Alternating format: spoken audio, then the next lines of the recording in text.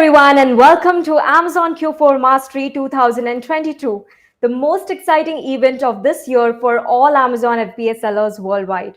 I'm Ankita Patil, Product Evangelist at SellerApp, and I'll be your host for the event. You all know very well that the pandemic has brought the e-commerce industry to the forefront. Technology and people are constantly evolving, and because e-commerce connects them all, we will always be looking to the future. One thing is certain, it is never too late to jump right in, learn something new, and assess whether it is relevant for your business. Keeping up with e commerce trends is not an option, it is a necessity. For e commerce business owners, keeping abreast of industry trends is particularly important to stay competitive and identify new opportunities. Let's look at a few biggest e-commerce trends and see where they are going. Mobile shopping is on the rise. AI assists sellers in learning about their customers. Chatbots enhance the shopping experience and many more. As per the famous saying, the more you know about the past, the better prepared you are for the future. With this wisdom in mind, we are looking back at the biggest e-commerce event of the summer, Amazon Prime Day 2022, and sharing our best tips on how to apply Prime Day learnings to your Amazon business as we head into the Q4 holiday season. Now, let me tell you about Amazon Q4 Mastery. It is a virtual summit with a single goal to help Amazon sellers master their fourth quarter. Thanks to all your love and positive messages for last year's Q4 Mastery, we have made it bigger, better, and even more insightful this year. This year, we have 2 days of deep dive live sessions with 9 coveted speakers. It's a specially curated event held on the 20th and 21st of October for D2C brands, power sellers, and aspiring entrepreneurs to capitalize on the Q4 holiday sales season. You can take valuable learnings from industry experts who delve deep into the business secrets to help you have a successful Q4. Before moving on to the details of the session, there's a surprise for you all. All the registered users will get interesting freebies in their goodie bag at the end of the event. But remember, for this, you'll have to register to the link given below.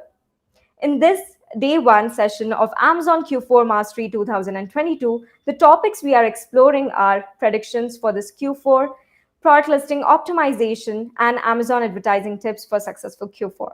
Not only this, but you'll also get a chance to interact with the brightest minds of the e-com industry. So let me introduce them. Firstly, we have Omar Angri from MarginBusiness. Then we have Mike Begg from AMZ Advisers.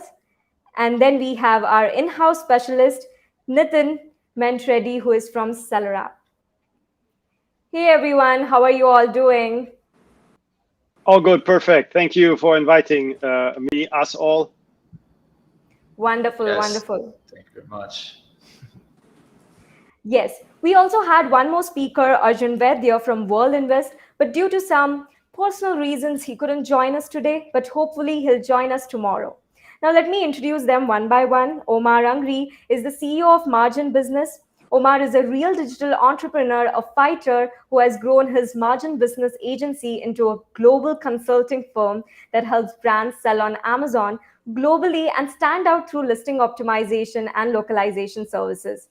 Hey Omar, it's good to have you here. Thank you so much for joining this session. Thank you for the great intro. Yes. Now let's go to the next speaker, Mike Begg, who is the co-founder and chief strategist of AMZ Advisers. He's an entrepreneur and expert in e-commerce and digital marketing. Mike and the AMZ team also operate Elevaa, which helps brands expand into Latin America. Hey Mike, how are you doing? Welcome to the session. I'm doing well, Ankita. Thank you for having me here. I'm excited to be speaking with everybody and hopefully provide a lot of value ahead of this busy Q4. Wonderful, wonderful. So next is our in-house specialist, Nitin Mentreddy, who is the Director of Customer Success SellerApp. He is a PPC legend and has started his own business and is helping other businesses grow by cracking Amazon PPC and listing optimization. Hi, Nitin. How are you? Hey, and I think it's just great that we're just making this Q4 mastery session here, right? And I think it falls in our vision of creating this complete to help the Amazon sellers. I think all of us share the same vision to scale up sellers with the challenges over there and basically grow their business. And I think we've got some experts. It's lovely to have you guys over here. I'm sure we will be adding a lot of value to the sellers out there, especially in this busy Q4. Definitely. All your insights are going to help our beloved audience with the perfect insights to succeed this Q4. I am as excited as our audience is. So, without any further ado, let's get started. All of us who are gathered here today has one passion, that is e-commerce. We live and breathe online commerce. As enthusiasts, it's astonishing to see the growth of the industry over the past few years. And even the reluctant customers have now understood the perks of online shopping. Both new entrepreneurs and existing traditionally brick and mortar brands are flocking into the e-commerce, leading to higher CPC in advertising. So, my first question is to all of you: what strategies an e commerce brand owner should now use to ensure scalability? Let's start with you, Omar. Great. Okay. Yeah. Thank you that you all could make it today, and I'm really happy to be here with you all. And yeah, let's provide some value for our audience. Yeah, definitely. The question here, especially in like exaggerated markets or in markets where the entry level is very high, make sure that you have enough cash flow, because this is always one of the points where I see that people are kind of failing. As well, know your numbers. It's attached to the cash flow as well. So you need to know your numbers. You need to know how much you have on the way, how much is coming in, how much you're selling, that Amazon don't stop you or get your numbers cut down or anything of that kind. Expand. If you have the money, if you have the possibilities, and if your product is fit to expand, expand. If the product is not good to expand, try to get another product, but expand. Try to grow. You need to grow all the time. Study new products. This is as well to point two, directly on point two. Study your products and the markets. So really do deep research in markets. For example, the US is a very big market. Now, if you look at the, and they now have the possibility of the PPC, the geo-local targeting, which is amazing.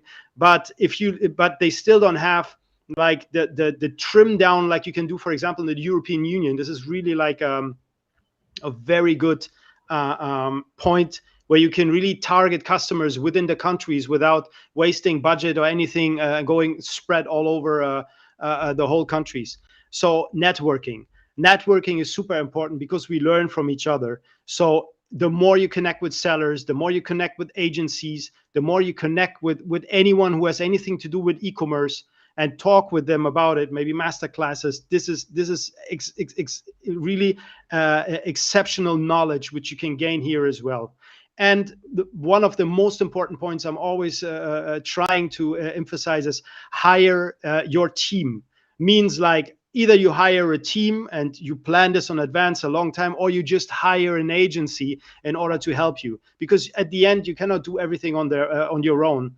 And for example, when we talk about aggregators, they were exactly facing this because they were beginning to hire maybe an Amazon exec, at the same time hiring an agency.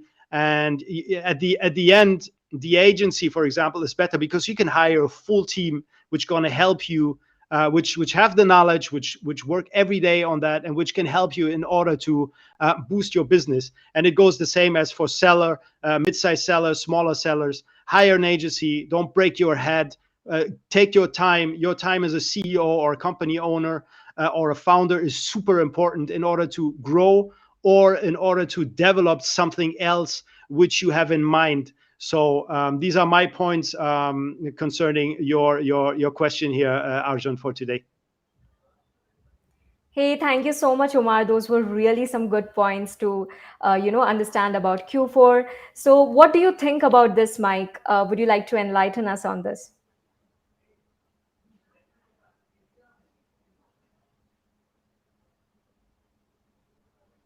Mike, can you hear me? Yeah, I can. Sorry. Yeah. Just had a little connection issue. Don't know what happened there. But Not a problem. yeah, to go back to your question, I think there was two things that you brought up. One was the rising cost of advertising on Amazon, which is making it more difficult for brands to compete. You need a lot of cash flow, you need a lot of money to be able to pay for these ads. So I think when we're talking about how do you create scalability going forward, it's obviously focusing on your return on ad spend or how you can get a better ROAS.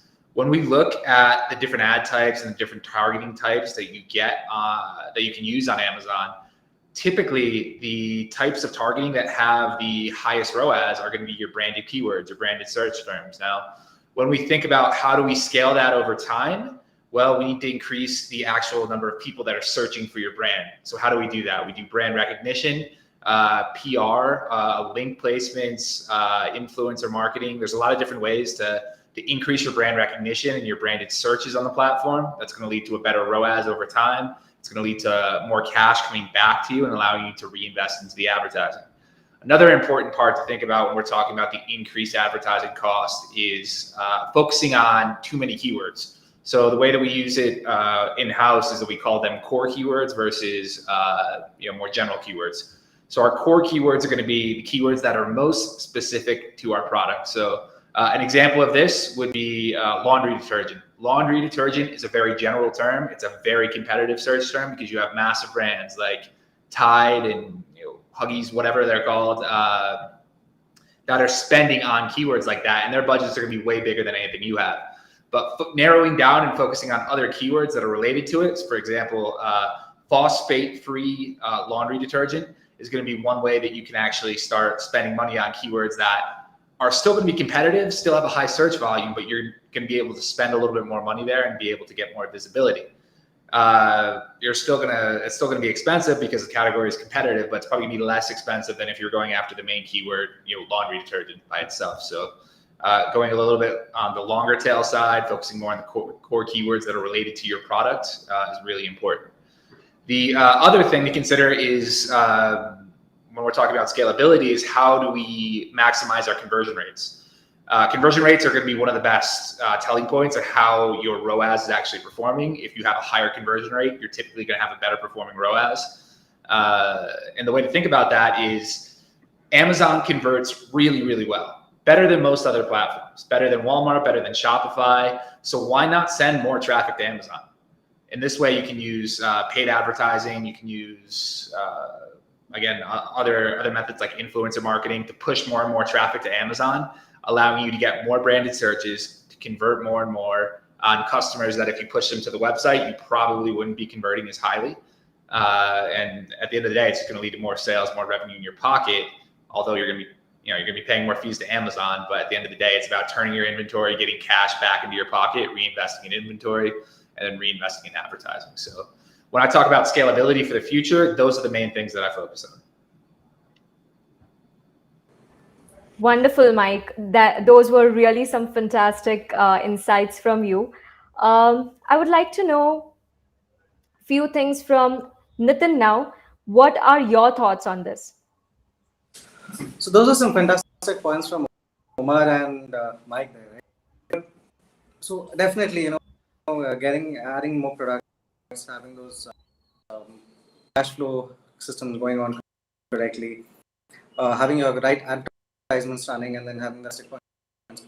And along with that, I think personally, it's important that we also that Amazon has to offer to all the sellers to get involved into the global selling. Cross-selling globally is something that will definitely help us as a brand to scale up, because there is a lot kind of increasing, and it has increased over the last couple of years, especially since the pandemic. I've seen a lot of sellers going on to adopting to the e-commerce or brick and mortar stores.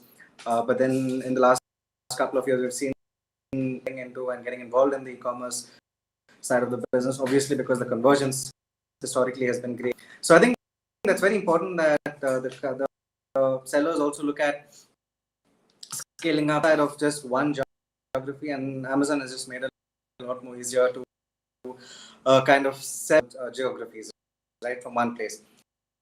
Along with that, I think it's also important that the sellers will continuously launching new products, right? So this new product development is a continuous fact where you need to constantly keep in touch with what is happening in the current market, what new features that can be launched, incorporated into your existing products maybe, and then see how you to those products. While you're launching these new products, of course, there are two things that one is how do you price that product, right? So there's always this impulse buying range, the sweet spot for sellers, for buyers to buy the product. So it would be great to have new products buying range. Also keep in mind how you want to position your product, right? That's very important. You don't want to have the same kind of products launched again and again. It's just going to flood the market with the same kind of. Look at what kind of a value proposition you're going to add. It's like all these, right? They keep adding new features and they keep launching new products year on year. But it's something to keep on focus on product development, focus on what new features are can, understanding the voice of the customers and seeing where they face a challenge and kind of addressing these new products. And yeah, I think that kind of helps kind of scale up global market. I don't think it's anymore as a seller, especially on the e-commerce challenges that have been removed from the traditional businesses for scaling up the business globally, which I think that's fundamentally one of the directions I feel is going to help increase your brand. Wow. Nitin, those were really some good points. Thank you so much.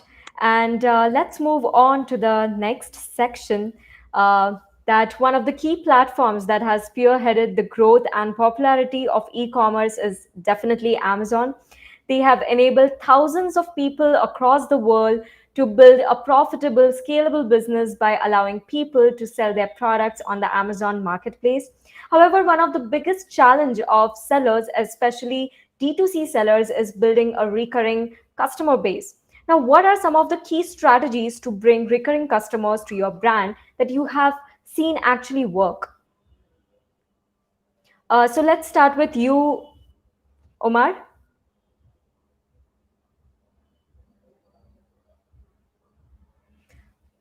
My mic just was off. Yes, It's yes, okay. yes.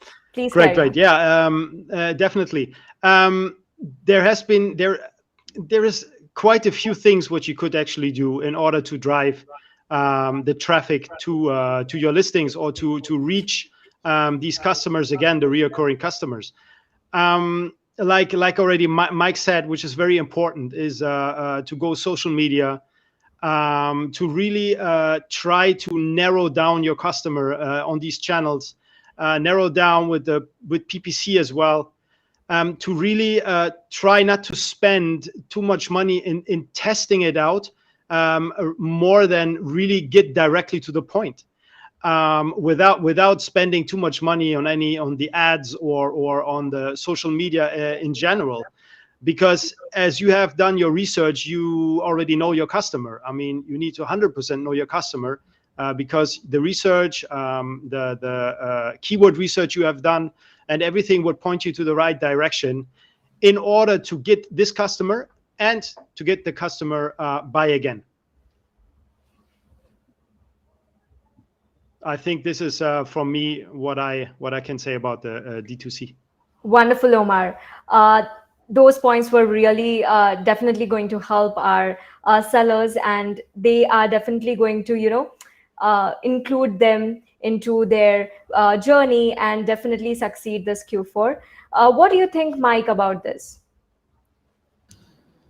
Well, I think there's a few different things to consider when we're talking about attracting recurring customers. I mean, the first one on the Amazon platform is obviously subscribe and save. And one of the interesting ways to get into that program now, a lot of it's based on how your sales performance is. You have to be in certain product categories, everything like that. Now that the Amazon Launchpad program is free, if you have a product that's different, you can actually get into the Launchpad program and not have to pay the fees on it.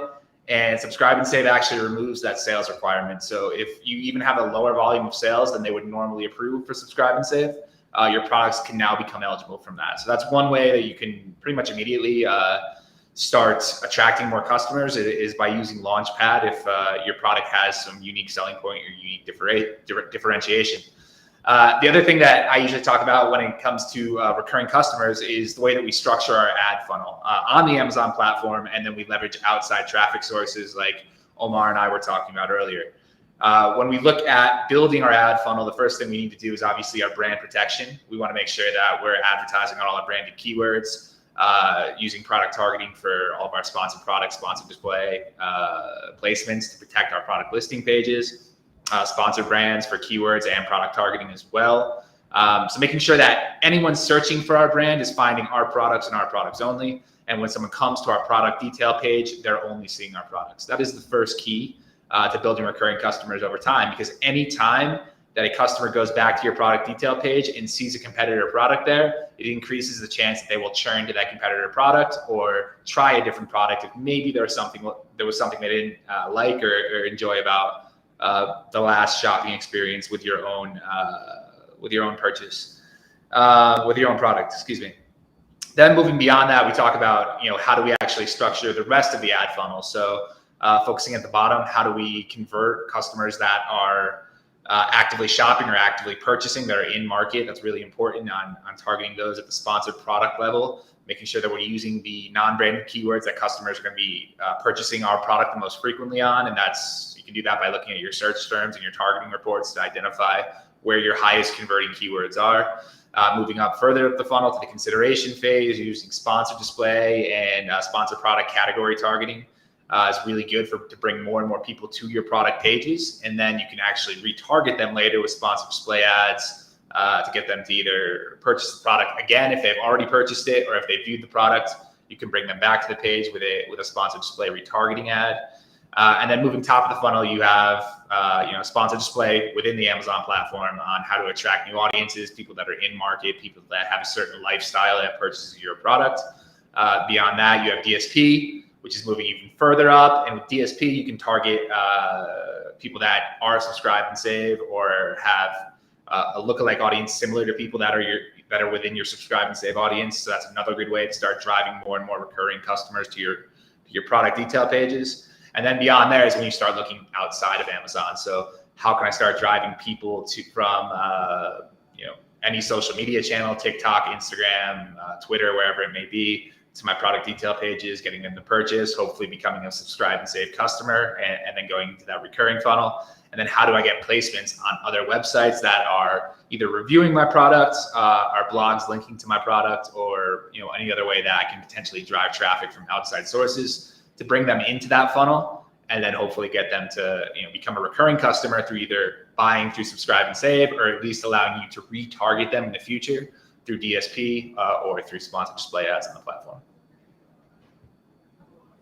Wow, that was amazing, Mike. Before coming to the session, we had a discussion how you were not belonging to this particular field, and look at you now, you are a pro. Oh yeah, it's been many years of doing this, so it's all like this like is the back of my hand amazing. now. Wonderful, wonderful. So, perfect. So Nitin, we would like to know what are your thoughts on the strategies which we were talking about. Mike has kind of summarized most of what can be done from a perspective, but I think I think just to quickly summarize what these guys have spoken, right? It's within the Amazon advertising. You can have these DSP ads, have these retargeting campaigns. The products visible from outside through social media influencers, through other online marketing awareness to channelize the customers back towards your Amazon product. But I think look at it, I think it's I keep giving this example, right? The whole idea of or getting customers back to your product as a recurring customer, it's more like you follow the concept of just leave the seed of your product in the minds of all these possible buyers around. It could be on Instagram, it could be Facebook, anywhere, right? The whole idea, I think, unilaterally, what we are ensuring that your product is visible, your brand is visible, and your brand is aware. You increase the buyers out there who probably already purchased your product or are looking to buy a product, and then kind of ensure that you keep showing your products to these buyers who would eventually buy your product. And if you look at the overall funnel of the advertising on e-commerce as well, so you have the conversions, and then obviously at the end of it you have the loyalty part of it. So the loyalty, I think, comes you do not let your customer forget your brand and your product, right? So that's the bottom line is you need to have a great product that customers don't have to really forget about it, right? Ensuring repeatedly showing the product to your customers, and then eventually the conversions should.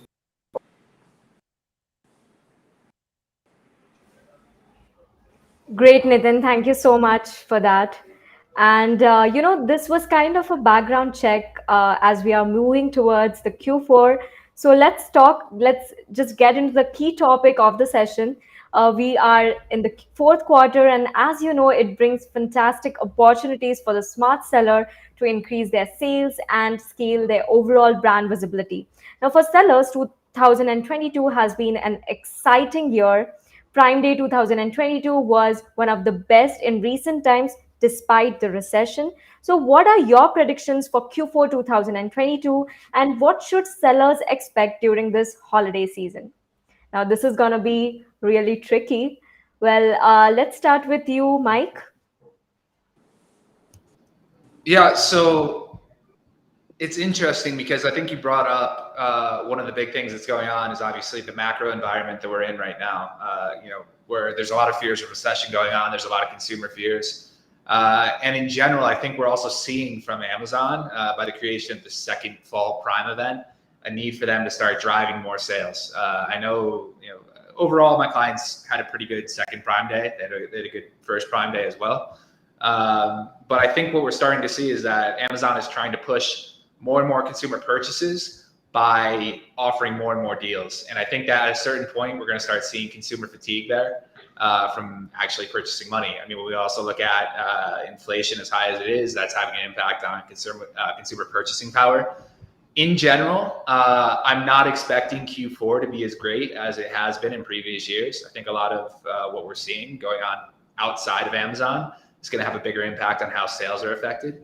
I also think the higher cost of advertising, for example, I saw CPCs go up about 150% during the second Prime Day event, and I expect that's even going to be more crazy as we get closer and closer to Black Friday, Cyber Monday. It's only going to limit what sellers are actually able to advertise or where their budget is in an environment where we are already worried about cash flow, where we're already worried about our purchasing power, and where we're seeing our product costs go up. So in general, I don't think that this Q4 is going to be as crazy as it has been in last year's. What can you do to take advantage of it? Well, I mean, again, we talked about it earlier. Trying to convert people from other lower cost traffic sources on the Amazon platform is good. TikTok might be a good place to drive traffic from because the CPMs are fairly low and the conversions can be pretty high.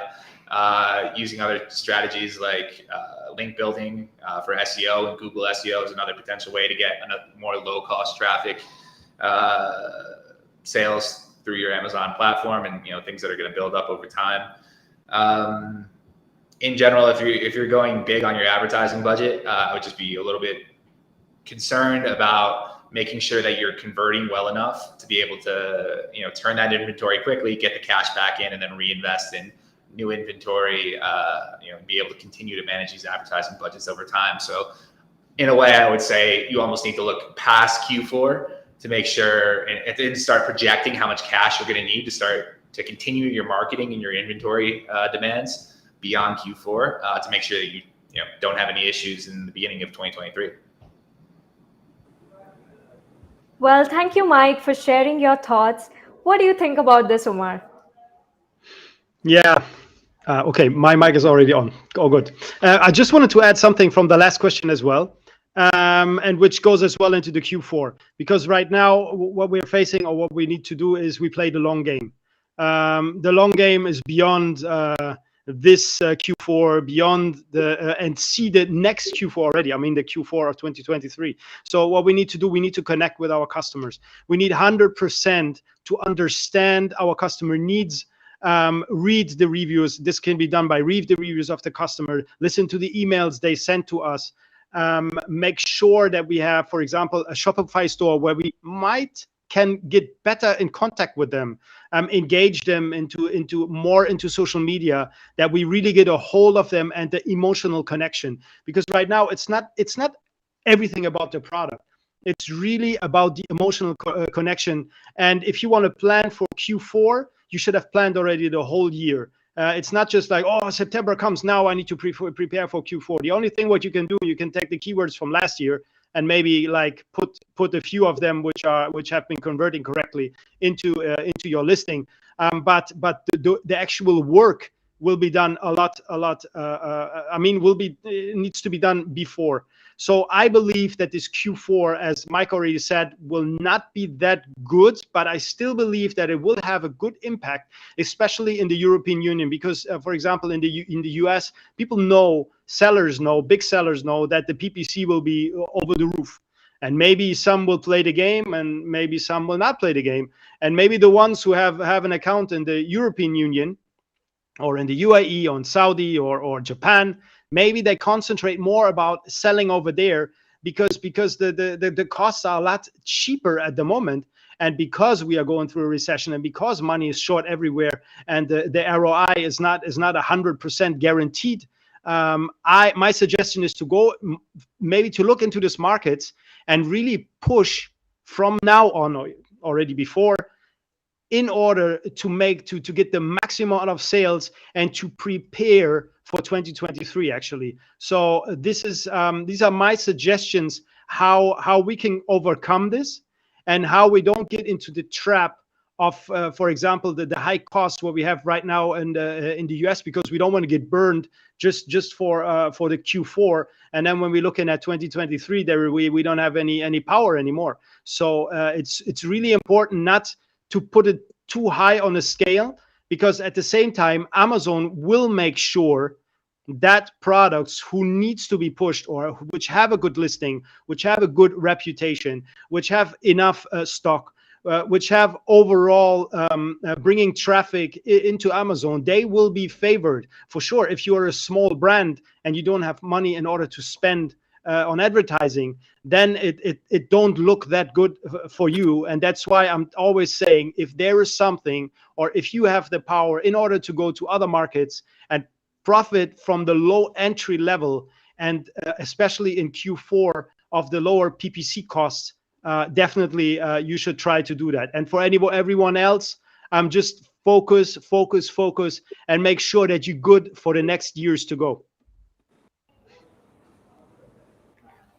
Wonderful, Omar. So, as mentioned by him, that he has rightly put it, that the customer is your boss, and understanding the customer needs is very important. And that was really a positive approach towards Q4 predictions. Thank you so much, Omar. What are your thoughts on this, Nitin? What would you like to say?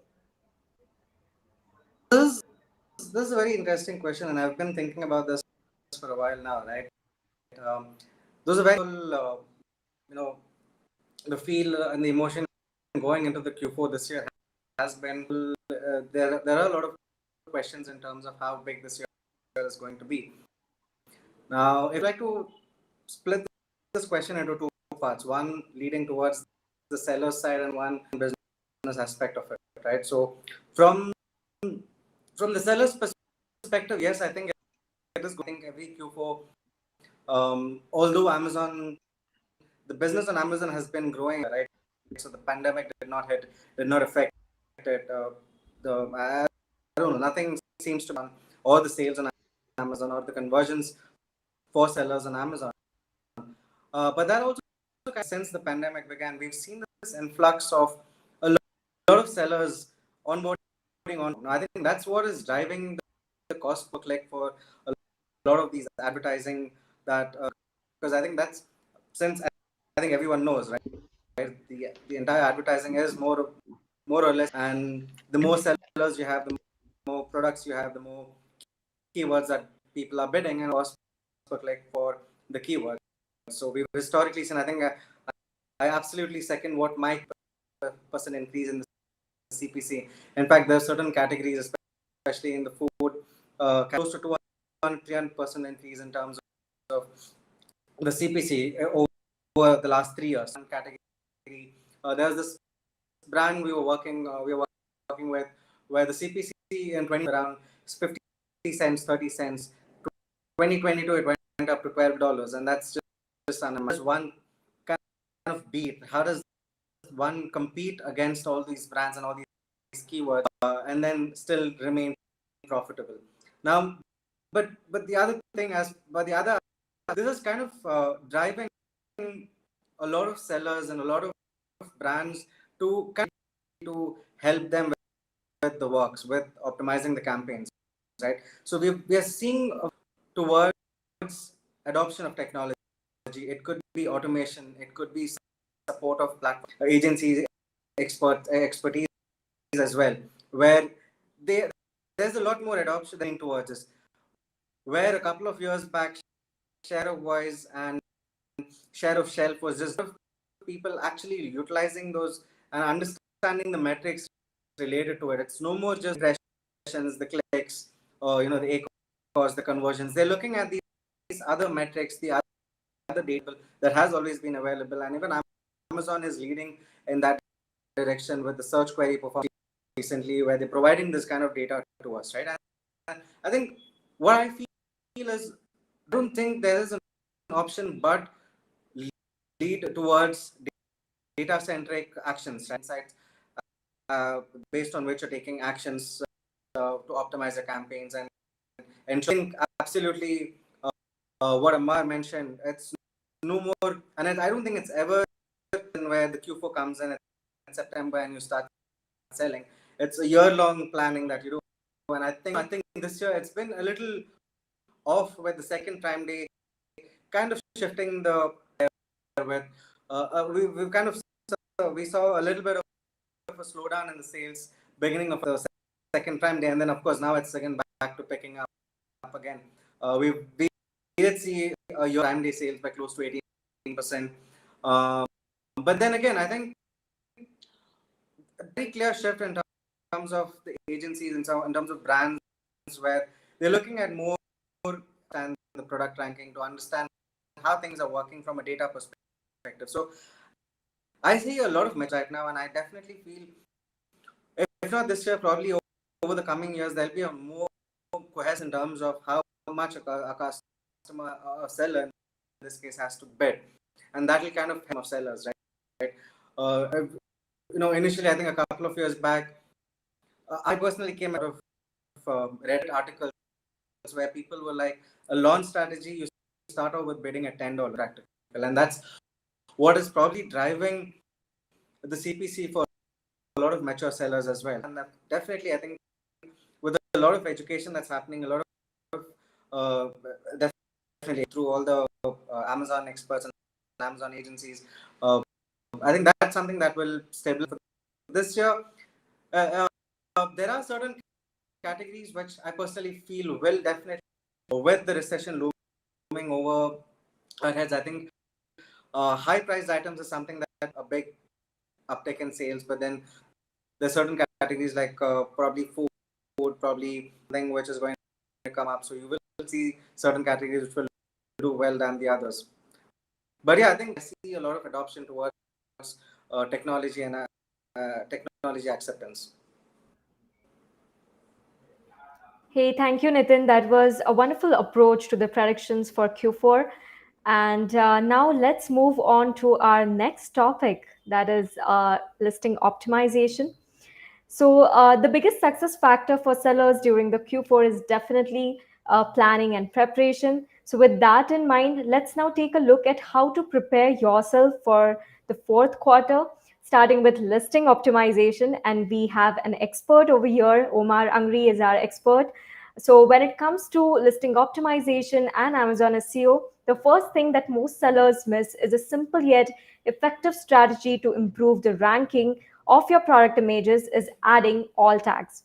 Now, Omar, since you are the expert, can you please explain a bit about the importance of adding alt tags to your listing images and the right way to create alt tags?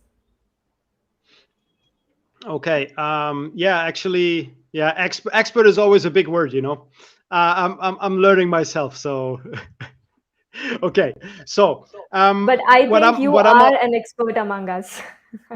thank you. What I'm always saying is you need to study your keywords. If it's for putting it on the pictures, or if it's for putting into the listing, you need to study them. It's not enough to pull up a Helium 10 and put the first layer out and throw them all over the listing and on your pictures. So pictures have their keywords, and the listings have their keywords. So what we usually doing is we pull these keywords out with a 3-layer technique. So we really going deep, depending on the country. Depending, US is a bit different as in the European Union, because in the European Union we can get even more geo-specific, which for the US we cannot. Then we would put these keywords on the pictures. Now, for every picture, it's very important that you have that you put the right keywords on the picture. So, for example, at the same time, the picture, in order to pull these keywords, or in order to be as well accepted, because obviously Amazon Amazon can read pictures as well, and not the text on it, but the picture itself. So the algorithm is putting this into consideration. So if you have, you should try to put keywords which make sense under the picture. That's how far I'm already thinking. Maybe it's not the case yet, 100%, but the machines are learning. We are learning, and I think we should look into the future to really adapt to the machines what they can have. So we put the these keywords under the photos. We adapt the photos to the different countries. So, for example, you have in the UAE, you for a product which is for the UAE locals, you should have you should have another picture as for the US population, or maybe even for the European population. There is France and Germany, which most of the time has a similar culture. Then when you have Spain or Italy, where the pictures are different, or they don't need to be different, but there's products where it's recommended to have them differently in order to actually speak to different customer segments. This is my take on the pictures, the images, and the keywords. I mean, all of this, just one second, sorry. All of this is super important because most of the time, these images are ranking immediately. So you will have them on Google. I know some people don't agree with that they will as well come up on Google if you search them. They will come up on Amazon instantly when you type the keyword, and not obviously not the pictures, the whole listing. So make sure that you really put them in correctly. Those were some great insights, Omar. Thank you so much.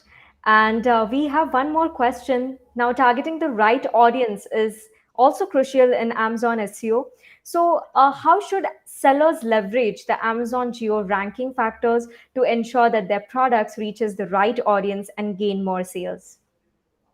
Okay, this is I will continue with what I have been just saying with the 3-layer process, which is one sentence: know your customer, and know your customer, and know your customer.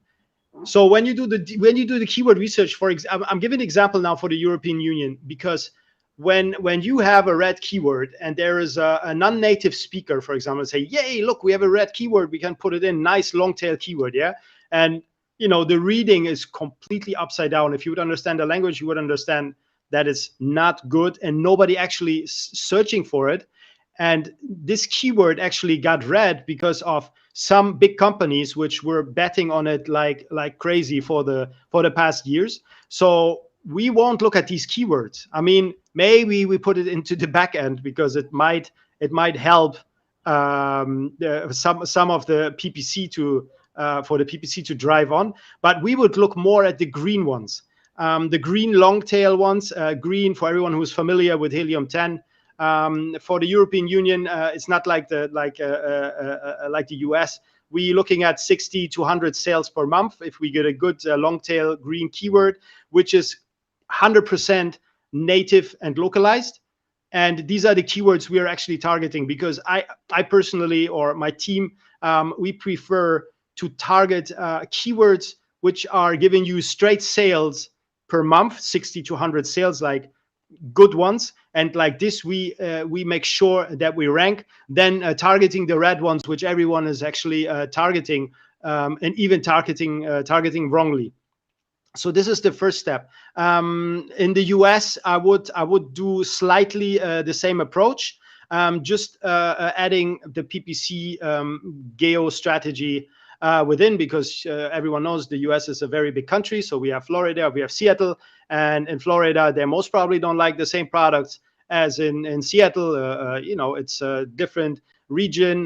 Maybe some products cannot be used in the cold. Maybe some products cannot be used in the heat. So we have as well a small change there, but unfortunately we're not there yet that we can distinguish between countries like in the European Union, which makes it a lot easier for us in order to target our customers, because the cultural differences is the main aspect I'm speaking about. And what I'm as well seen in my experience through the last years, it's not so easy. It was easier to sell in 2014, but today we really need to slim down.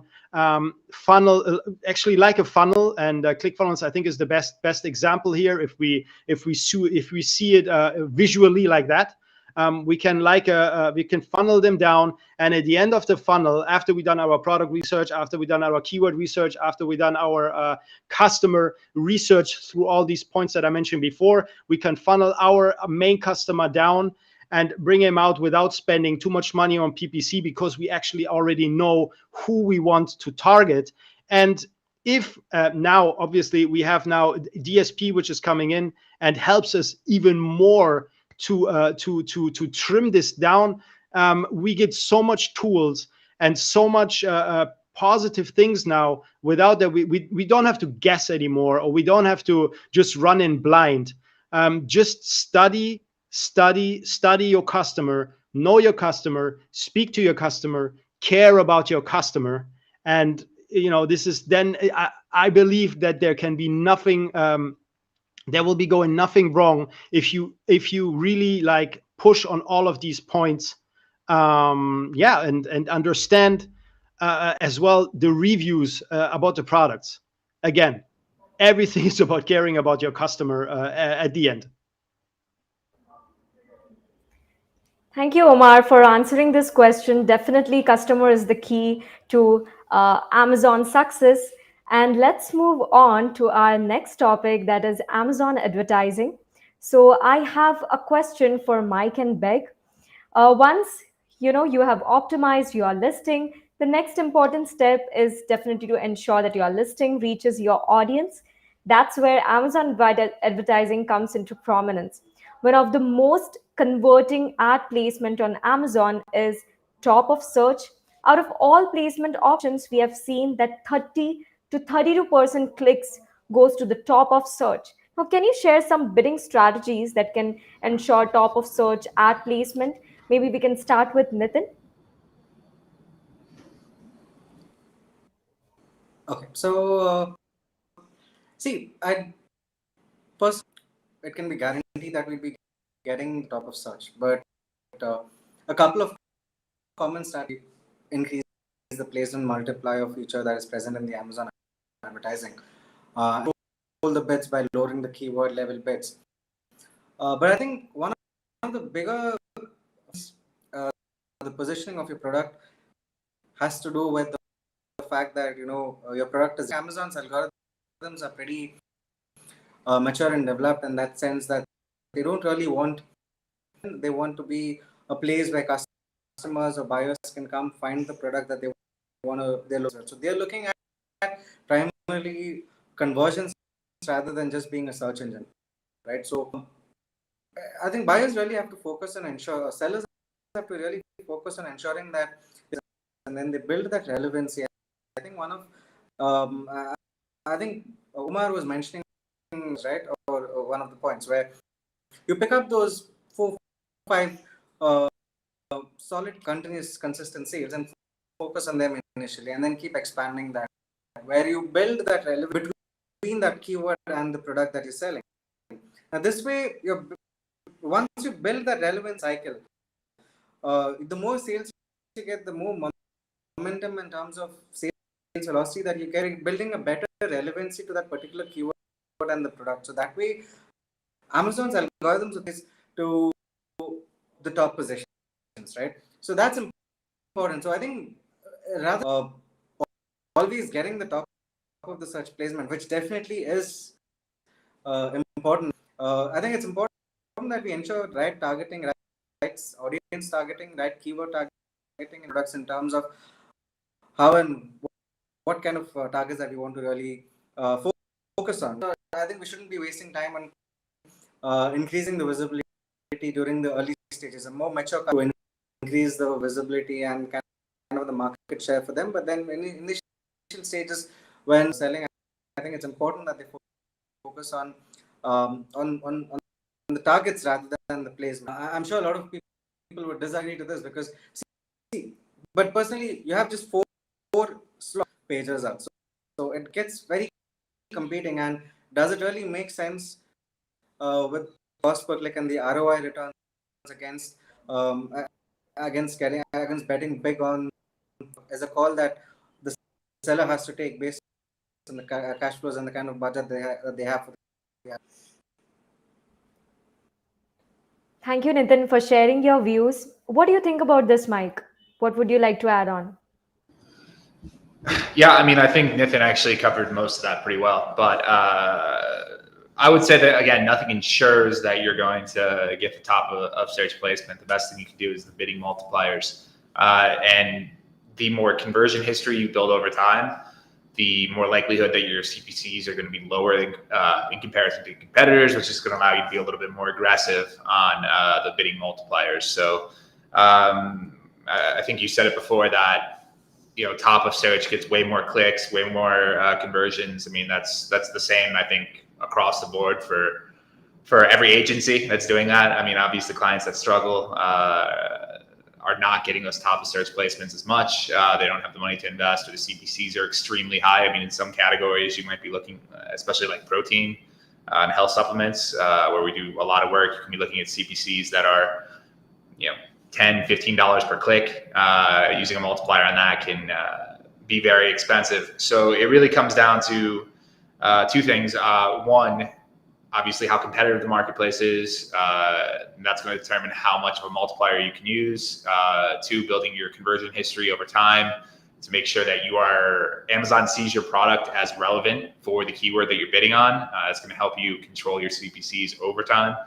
And then three, determine whether your product really is ideal for attracting one-off purchases. For example, this comes down to whether you have a product that is a CPG good or a recurring purchase good, where customers are going to keep going back, and you're going to have a longer customer lifetime value. For that, you can pay more to be top of search, which means you can bid higher on the multiplier. If you have a product that, for example, is a hammer, a customer is not going to keep buying a hammer every single month. They're only going to buy a hammer once, and that's going to affect the amount that you can bid to actually get a ROAS and a return on it. So your strategy is going to change a lot. It's probably going to focus more on the SEO, depending on what type of product you have. That'll determine where you want to have your bid multipliers for top of search and how aggressive you want to be there. Wonderful. Thank you so much for answering this question, Mike. So there's one more question. Now, new to brand metrics is touted to be a game changer for brand owners on Amazon. So, Mike, can you tell us how sellers can leverage new to brand metrics to drive sales during this fourth quarter? Yeah, again, with new to brand, this is going to come down to a little bit of what I was just touching on. It really depends on your product category, whether you have a CPG good or a longer customer lifetime value. If you have a large catalog that's related products that a customer might consider purchasing, that is really when you're going to want to focus on new to brand. Again, if you're doing retail ARB, or you have a one product catalog, or a one or two product catalog, new to brand is not going to be as important for you. When you're optimizing for new to brand, is because you have everything we talked about earlier already in place. You have the ad funnel in place. You have brand recognition. You have brand protection on the platform. You have people searching for your products.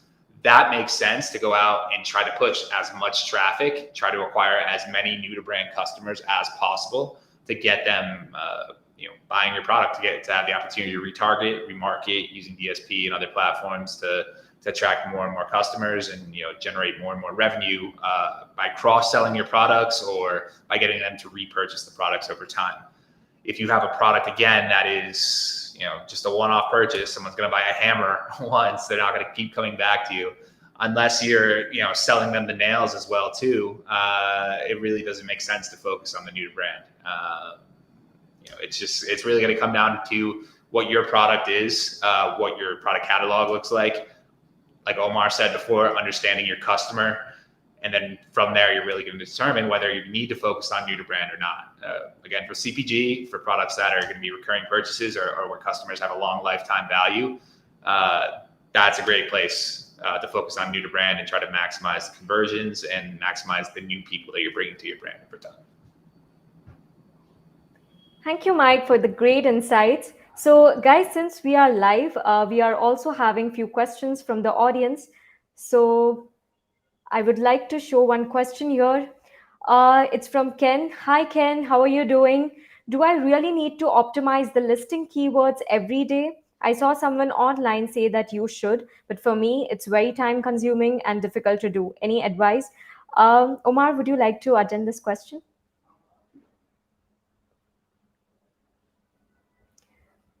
Omar, you're on mute. Okay. Hi, Ken. Yeah.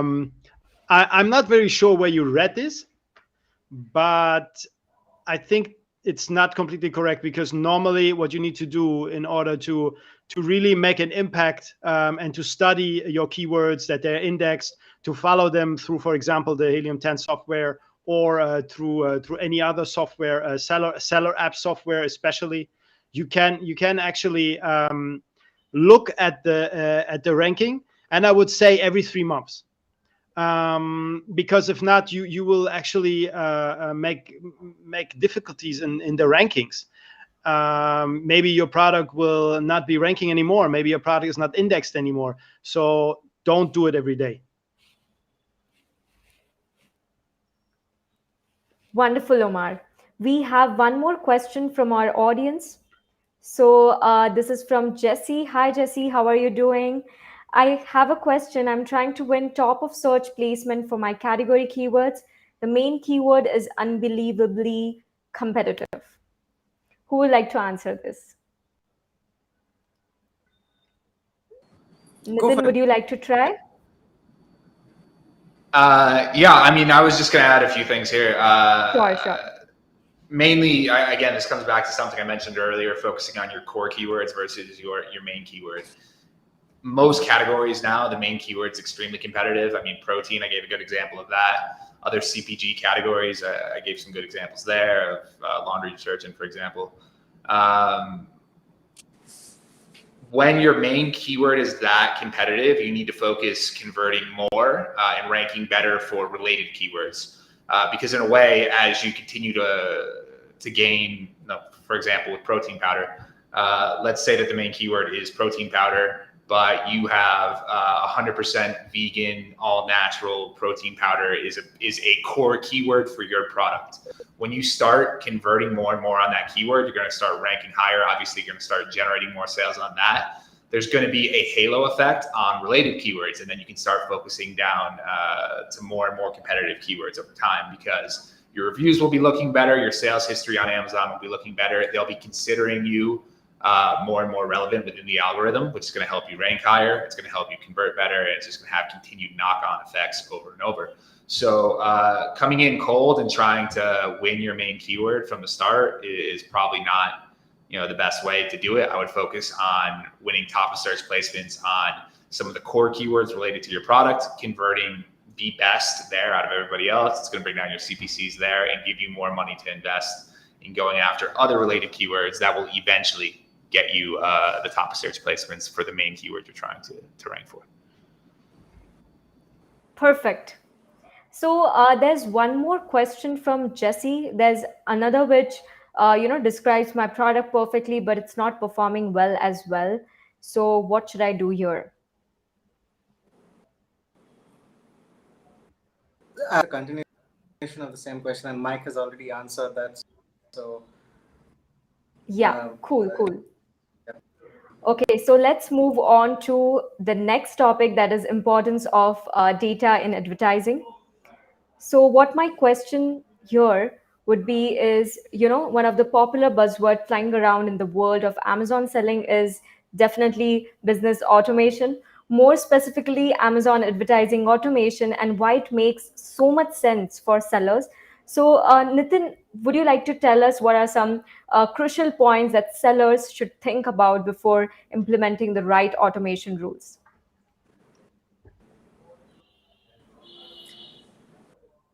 right. So, I'll probably dwell a little bit about the automation to be used within the SellerApp platform. But the automation feature early last year, and then we've been a lot more metrics and features to the automation system that we've launched. One of the things that to just give you across this automation. So personally, at SellerApp, we are data driven, not aspect of it. But then we've come across a lot of customers, a lot of sellers in this case. Uh, they've been working on automation. They wanted this feature for automation, and we've kind of did quite a lot. What is it that we really want? How do we want to kind of define define this automation? Because see, personally, it's my opinion that there is no there that is that's like a one-click automation where you just probably run and it's going to perpetually bring in sales and improve your ROI, bring decrease because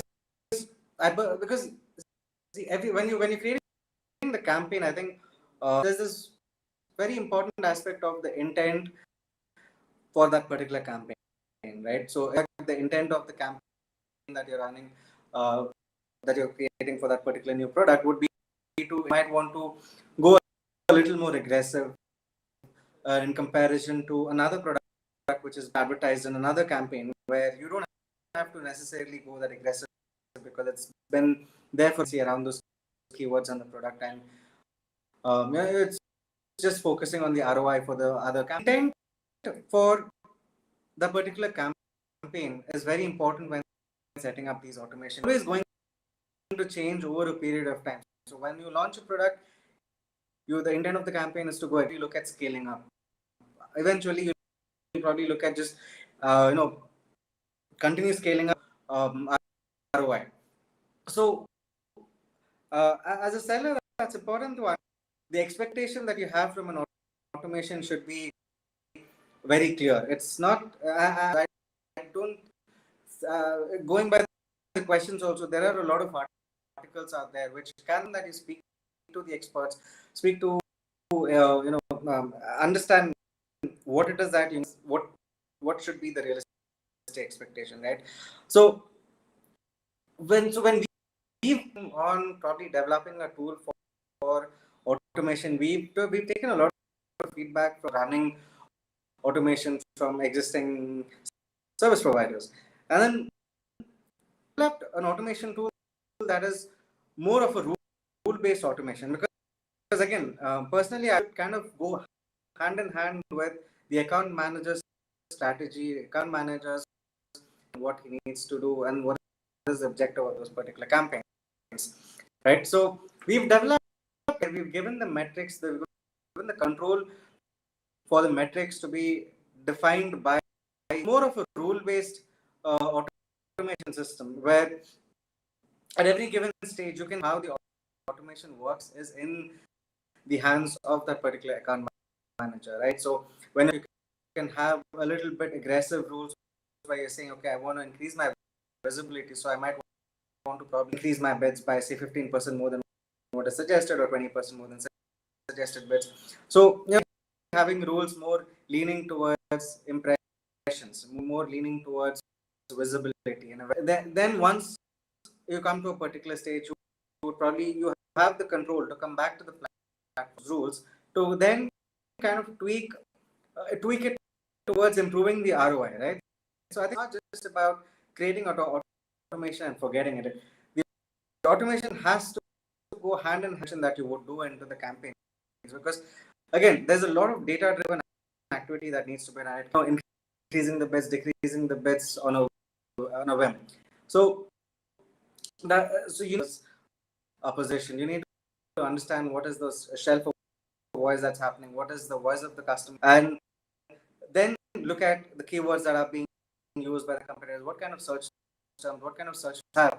Look at understanding how your competitors are ranking for feature, and the Amazon brand analytics section gives you some great insight. So you can pick up or work on the manual part of optimizing campaigns, creating new campaigns, creating new targets. But through automation, I think it should aid your manual, assuming that it would do things automatically and it would reach those targets. I've seen a lot of automation in personal with some of our long-term partners, long-term clients, and it's bad. Automation is bad. The tools, the current services, the current automation tools that are available are bad. Right? It's just that I've seen most of the automation in the ACOS, but I think after a point in time, I've seen a stagnation in terms of, because I obviously have very limited visibility to the competitive, but this is with experience from larger sellers who are using those platforms, and they came into the historic data trends, and I've seen that these automation tools in the market bringing down the cost. But I don't think that's the only agenda for a business. You need to also scale up your business. Based automation will help you scale up by changing the conditions, changing the metrics based on the stage you are in as a seller for that particular product. Thank you, Nitin. That was amazing. The next question I'm really curious about is, everybody talks about ACOS. What is ACOS? Why is it so important? Every guru talks about how to achieve your ideal ACOS and so on. So, Nitin, is ACOS really the most important metric that sellers need to track? So it's a yes and a no, right? Because see, so when you're running a business, you need a benchmark, a poll, a target to kind of define how you're doing, how you're working on your business. Because it's not simple, and I think that's the bottom. I think everyone accepts that. But someone in a simple one-line statement on explaining how you're doing in a business, because and your tacos would be one of those metrics which will tell you what you're doing. But so because is and your ROAS, these are metrics that will give you an understanding of how your top line, right at the top level, how your account is performing, how your business is performing. Is it profitable? Are you getting your decent margins? But I think when from an advertiser, there are a lot of other data points that really need to be looked at, and it's not something that needs. So I think that's one of the other things that I would like to talk about. Right? So when you're looking at, I would personally suggest not to look at ACOS as a silo metric. Just look at tell you what is happening in the account, because again ACOS, it depends on what stage of right. So if you're in a launch phase or you're launching a product, the ACOS probably would be a little higher than your campaigns and products. So there are a lot of data points in terms of the impressions, clicks, and revenue. These are your fundamental 5 metrics that kind of, there are a lot of subset of the numbers. Now, along with that, one has to consistently keep how your competitors are doing, how the market is reacting to the keywords. Personally seen a change in trend and how a customer searches on Amazon. On the search frequency rank is something that is something that we would do probably monthly once at least to kind of see how the change is happening in terms of the search behaviors, right? Because necessarily customers search in the same way, and there's always going to be a change in that trend. And if you're not on top of that, you're targeting the right set of keywords. And we've seen historically that again, there is bound to be a cycle in terms of what kind of keywords are working well. And I think in one form or the other in this webinar today, where we were talking about how you identify the top selling keywords from last Q4 and then putting it for this year, keywords that work next Q4 season. And that's exactly what would happen. And that's the seasonality effect of these keywords. Some durations of the year, you might have few keywords working well for you. Another year, another season kind of traction coming in. And a lot of times sellers get panicked because many things have been doing well and then suddenly things don't seem to be working. That's because they're focusing on these words of, how is my cost? What is my CPC? And that's about it. But it's important to understand between the metrics and what is happening outside of just the advertising. So there are a lot of, we need to correlate them. I think recently the search query performance reports are fantastic in terms of the data that you're getting at an ASIN level as well as at a brand level, right? So looking to target, and I think that's one of those amongst this year. I think that's one of the most valuable tools that I've seen coming across. You can actually look at how well your keywords are performing, both from a list ad perspective. You can run beautiful A/B testings, both from again listing and ad perspective. What are your conversions at a search term level? Then you have obviously the search frequency rank. You can look at that and understand the trends.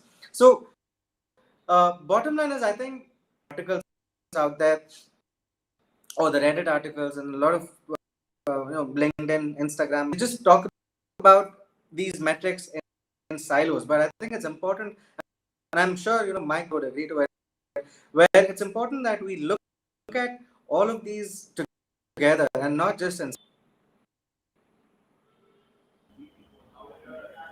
Thank you, Nitin. So Amazon advertising is such a huge business, and I would like to thank Nitin and Mike for giving us such wonderful insights. So we are almost towards the end of the session. Uh, that's it, guys, for today's session. Thank you so much for being part of this. I would like to thank all our coveted speakers for being a part of Amazon Q4 Mastery 2022, for sharing their expertise with our audience. And this is definitely going to make a huge difference for them. So this was the day one of Q4 Mastery, where we had a roundtable discussion on online commerce now and future, importance of listing optimization, and Amazon advertising trends. So stay tuned, because we have day two coming soon. Tomorrow we'll have a discussion on a few interesting topics like key strategies for funding and budgeting, how to manage your inventory the best way, and optimize the product prices to enhance customer experience, which will definitely be a game changer for your Q4. So see you all tomorrow with our experts, and as always, happy selling. Thank you. Thank you. See you later.